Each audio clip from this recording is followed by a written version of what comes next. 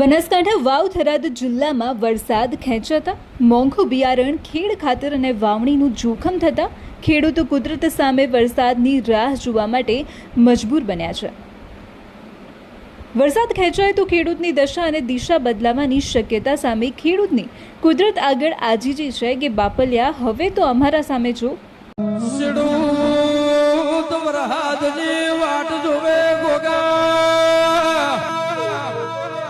આકાશમાં વાદળો દેખાતો નથી પણ ગોગા બના કોઠાની ગાયો ટોકા કરે બના કોઠાની મોનવી વાદ જોવે। બનાસકાંઠા અને વાવ થરાદ જિલ્લો ખેતી પર નિર્ભર છે। પાણીની તંગી વચ્ચે ઉનાળુ સિઝન પૂરી કર્યા બાદ ચોમાસું સિઝન માટે આશાવત હતું, પણ આકાશમાં વાદળો ઉમટ્યા પણ વરસાદ ન આવતા ખેડૂતોમાં મોટી ચિંતા જોવા મળી રહી છે।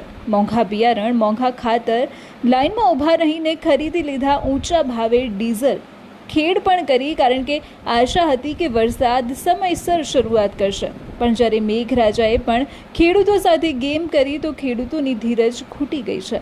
જો વરસાદ ખેંચાય તો મગફળી, બાજરી, દિવેલા સાથે ઘાસચારાનું વાવેતર કઈ રીતે કરવું, બંને જિલ્લા ખેતી અને પશુપાલન પર નિર્ભર છે। ખેતી માટે જરૂરી પાણી નથી, વરસાદ પર આશા હતી અને એ જ આશા નિરાશામાં ફેલાતા ખેડૂતો મૂંઝવણમાં મુકાયા છે। કેટલાક ખેડૂતો વરસાદની રાહ જોઈ બેઠા છે તો કેટલાક ખેડૂતો વાવણી કરી દીધી છે, પણ હવે વરસાદ ખેંચાય તો ખેડ ખાતર, બિયારણના પૈસા માથે પડે તેવી સ્થિતિ છે। ઉછીના કે વ્યાજે પૈસા લાવીને ચોમાસું ખેતીની શરૂઆત કરી હતી ને હવે વરસાદે આકાશમાં લોલીપોપ બતાવતા ખેડૂતો અને પશુપાલન માટે કપરી સ્થિતિ સર્જાવાના એંધાણ સામે આવી રહ્યા છે।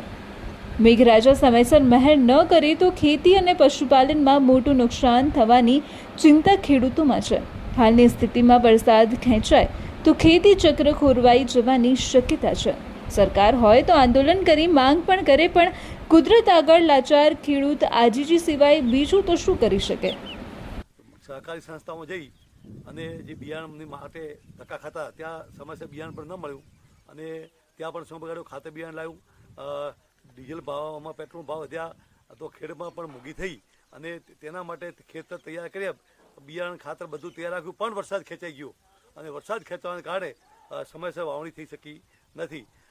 બીજી વાત કરવામાં આવે તો અહીંયા તળમાં પૂરતા પાણી પણ નથી અને પાણી ન હોવાને કારણે સમયસર પિયત આપીને જો વાવણી કરવી પડે એ પણ કરી શક્યા નથી। આજે પૂરા ગુજરાતમાં કહો કે ભલે ધાનેરામાં કહો, ધાનેરામાં ખૂબ પાણીની વિકટ સમસ્યા છે અને વરસાદ પણ નથી આવતો, ખેડૂતોને ખૂબ પરિસ્થિતિ વિકટ છે। આજે અમે ખેડૂતોએ દાખલા તરીકે જ્યાં પાણી હતું ત્યાં વ્યવસ્થા કરીને મગફળીનું વાવેતર કર્યું અને મગફળીના ભાવ પણ આસમાને પહોંચી ગયા છે। મગફળીનું વાવેતર કર્યું, વરસાદ આવશે પણ વરસાદ નથી આવતો, ખેડૂતો ખૂબ પરિસ્થિતિ વિકટ છે। ખેતી આજે ખેતીનો અહીંયા તળ બહુ ઊંડા હોવાથી દિવસે દિવસે પરિસ્થિતિ બગડી રહી છે અને આ બનાસકાંઠાની અંદર પાણીની બહુ અછત છે, કિલ્લત છે અને મગફળીનું વાવેતર કરવા માટે અમે બિયારણ, ખાતર એનો પણ ઉપાડ કરીને લાવેલા છીએ। તે છતાં આજે આ વરસાદની બહુ રાહ જોઈને બેઠા છીએ, વરસાદ આવતો નથી તો એનાથી મોટુંમાં મોટું નુકસાન જાય એમ છે।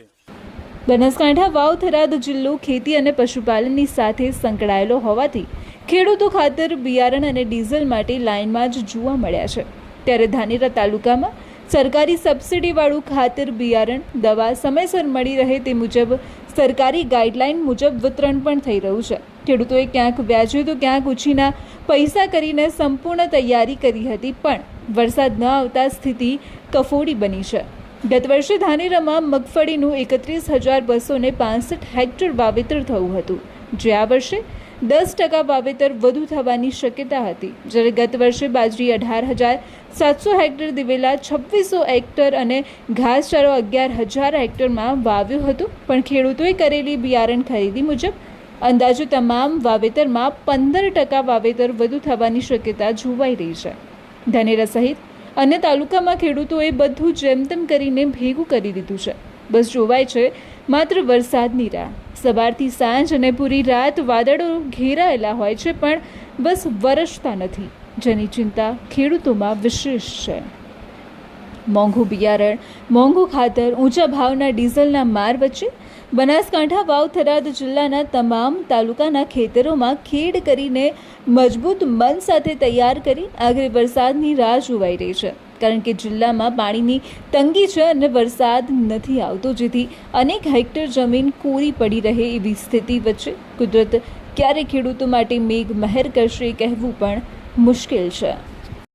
અને સરકાર તરફથી બિયારણ અને રાસાયણિક ખાતરો ખેડૂતો માટે પૂરતા પ્રમાણમાં આપણી સંસ્થામાં ઉપલબ્ધ છે. સરકારશ્રી તરફથી ડીએપી ખાતર 1846માં કોઈ પણ ભાવ વધારો કરવામાં આવેલ નથી અને સ્ટોક અત્યારે સંસ્થાની અંદર ખેડૂતોને જરૂરિયાત પ્રમાણે પૂરતો ઉપલબ્ધ છે.